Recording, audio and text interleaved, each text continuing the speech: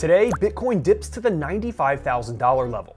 Shares of Robinhood pop after it reports a surge in crypto transaction revenues, and Lehtiniitty of Borderless.xyz breaks down the stablecoin bill introduced by Senator Bill Hagerty last week. Crypto markets in the red this morning. As of noon Eastern, Bitcoin slid 1.7% and was trading at the $95,000 level. Ether fell less than 1% to 26.26, and Solana dropped 2%.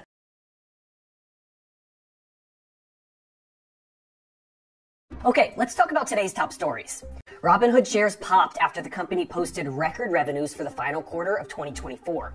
A big driver of that growth, a reported 700% spike in year-over-year crypto transaction revenues, making up around half of its $672 million in transaction-based revenues. Of course, crypto markets experienced a post-election rally at the tail end of 2024 as investor optimism around friendlier U.S. regulation grew. Robinhood CEO Vlad Tenev joined CNBC this morning and shared what the momentum in crypto markets has looked like since the new year. Q1 has been strong so far. We've seen the momentum continue, and crypto's been a big story. Obviously, it's done well since the election, and our crypto revenues were up 700% year over year. Crypto volumes up over 400%. Around midday, shares of Robinhood were up by 11%. Next, President Trump nominated a former crypto executive to lead the office of the comptroller of the currency. The White House yesterday submitted its nomination for Jonathan Gold, former chief legal officer for the crypto firm Bitfury. If confirmed, Gold would be responsible for leading U.S. regulation around national banks. This follows a string of crypto-friendly or familiar picks by the president, including David Sachs as a newly created White House AI and crypto czar. Last, 2024 might set a record for crypto scam losses. That's according to a report published today from blockchain analytics firm Chainalysis, reporting a 40% year-over-year increase in pig butchering scams, where scammers build trust with the victims before stealing their money. Chainalysis says these types of scams account for a third of crypto scam revenue so far in 2024. The largest illicit gains were from high-yield investment scams, accounting for half of crypto scam revenues last year. But Chainalysis says revenues in this category are declining as funds obtained through pig butchering scams grow. These figures are subject to change as the analytics firm still expects to identify more illicit activity for the year. For more on pig butchering scams and the tools used by Chainalysis to trace these funds, you can check out this explainer from CNBC Crypto World. All right, let's dive into stablecoins for our main story. Crypto World's Tanea McKeel spoke with Borderless.xyz CEO Lehtiniitty about developments around stablecoin regulation here in the U.S. He shared why he believes the bill proposed last week by Senator Hagerty differs from other stablecoin bills introduced in the past. He also discussed why he believes a regulatory framework around stablecoins could benefit the U.S. dollar. Well, Kevin, thank you so much for joining us on Crypto World today. Let's talk about the stablecoin bill put forth in the Senate. It would create a definition for a stablecoin and create a licensing framework for issuers, along with some regulations around reserves. Talk to me about how the industry is feeling about this legislation and whether it hits the points that crypto leaders have been asking for. Well, thanks for having me, Tanea. I think this is the kind of fifth stablecoin proposed legislation that we've seen in the U.S. in recent times. We saw the Lummis-Gillibrand proposal in 2022. There was a PWG report in 2021. There was the Clarity for Payment Stablecoins in 2023. And now we have the Genius Act, as the acronym is called, for 2025. And I think in general, this is by far the most comprehensive proposal that we've seen.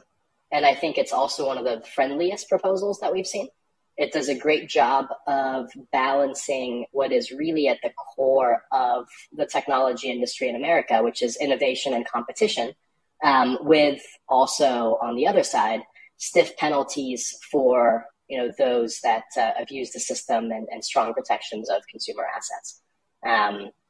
One of the things that's really important about the Genius Act that I think allows for this innovation is there's a dual regulatory framework where stablecoins have market caps of under $10 billion are going to be regulated by the states, and stablecoins of above $10 billion then are regulated by the OCC and the Federal Reserve.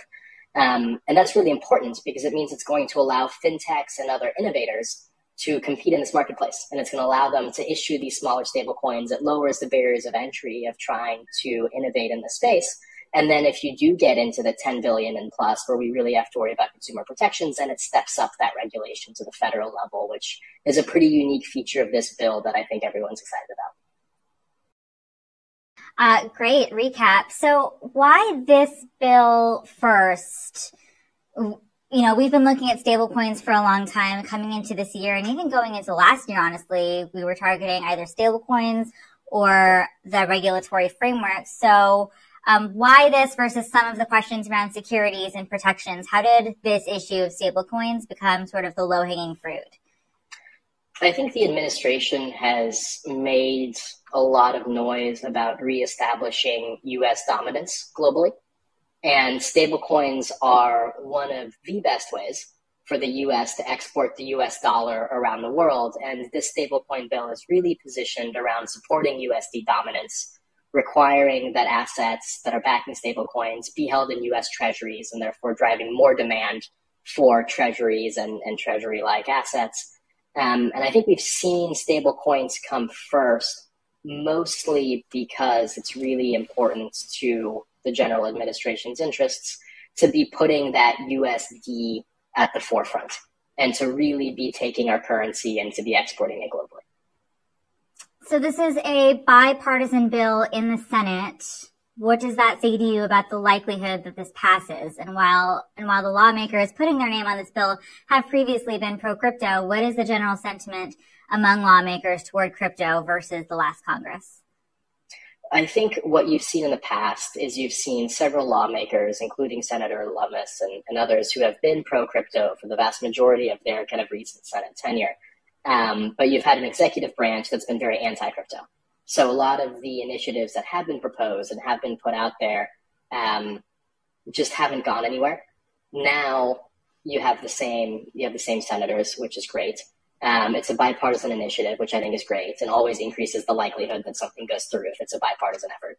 And what's really changed is you now have an executive branch that is pro-crypto and that is pro kind of the national interests of our currencies, dollar dominance, things of that nature, and that recognizes that blockchain has a part in that technology. So, nothing is ever passed until it's passed by any means.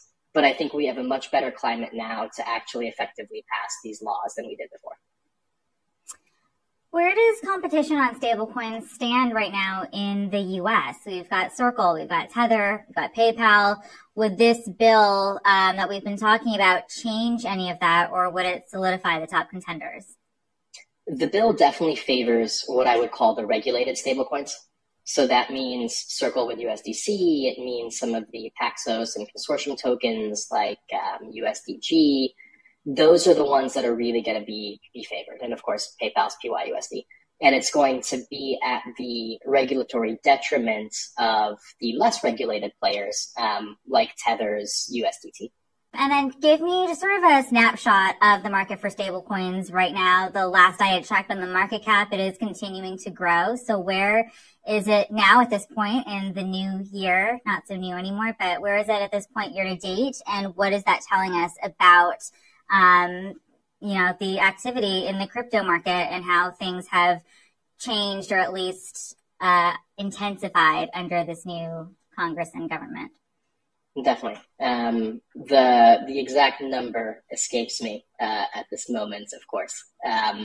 But we did reach new kind of record market caps in USDC over the past week. So the stablecoin market caps are continuing to grow. The payment volumes that we see on chain that are being done in stablecoins continues to grow. And I can tell you from the Borderless.xyz perspective, the amount of demand and interest that we have from payments companies and corporate companies continues to grow on a daily basis. So kind of market caps, payment volumes, and the interest that we see on the sales side of our funnels are all continuing to track towards increased adoption. And we've talked about this in the past, but historically, the stablecoin activity has been a measure of trading volume and activity, and there is all this new interest from various different players in growing those other use cases for stablecoins. What do you expect to see emerge as some of the dominant ones this year? I think there's always strong correlations between stablecoins and the rest of the crypto markets. Unfortunately, I think recently Bitcoin has slid down and we're at 96 and change at the moment. I think I can't see the tracker behind me. But I think we're going to shop sideways for a little while here as a lot of the euphoria that came with the change of administration has maybe worn off is the wrong word, but that's not old news. And kind of words need to be put into actions. And I think if we see some, very serious adoption of a national, reserve of Bitcoin or other things like that, that will certainly be moving the markets. But for now, it seems to be a lot of sideways movement as kind of the adoption catches up to the hype. And hopefully that means that we at least stay at these levels and we don't continue to slide back down. Okay, that's all for Crypto World today. We'll be back again tomorrow, and we'll see you then.